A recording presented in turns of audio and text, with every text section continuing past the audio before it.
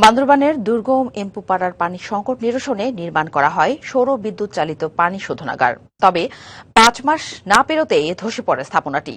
এতে চরম দুর্ভোগে স্থানীয়রা। তীব্র পানি সংকটে মানবেতর জীবনযাপন করছেন তারা। তাদের অভিযোগ, ঠিকাদার আর কর্তৃপক্ষের গাফিলতিতেই এমন অবস্থা।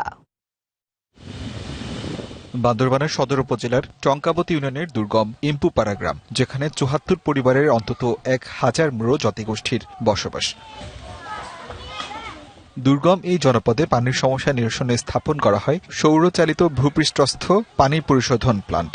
ইউএনডিপি, দূতাবাস ও সুইডেনের অর্থায়নে এই প্রকল্পে খরচ হয় ৮৯ লাখ টাকা। কিন্তু নির্মাণের ৫ মাস না পেরোতেই ভেঙে পড়েছে সৌর প্যানেল সহ পুরো অবকাঠামো। এতে সীমাহীন দুর্ভোগে পাহাড়ের মানুষ দুষছেন কর্তৃপক্ষের গাফিলতিকে।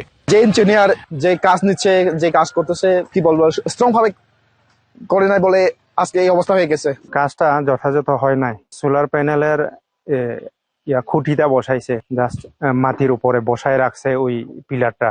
বেশি দিন হয় না এটা ভেঙে গেছে। এই জন্য এখন হোস্টেলের এবং গ্রামের বাসীদের খুব কষ্ট হচ্ছে। এ বিষয়ে খতিয়ে দেখে প্রয়োজনীয় ব্যবস্থা নেওয়ার কথা জানিয়েছেন সংশ্লিষ্টরা।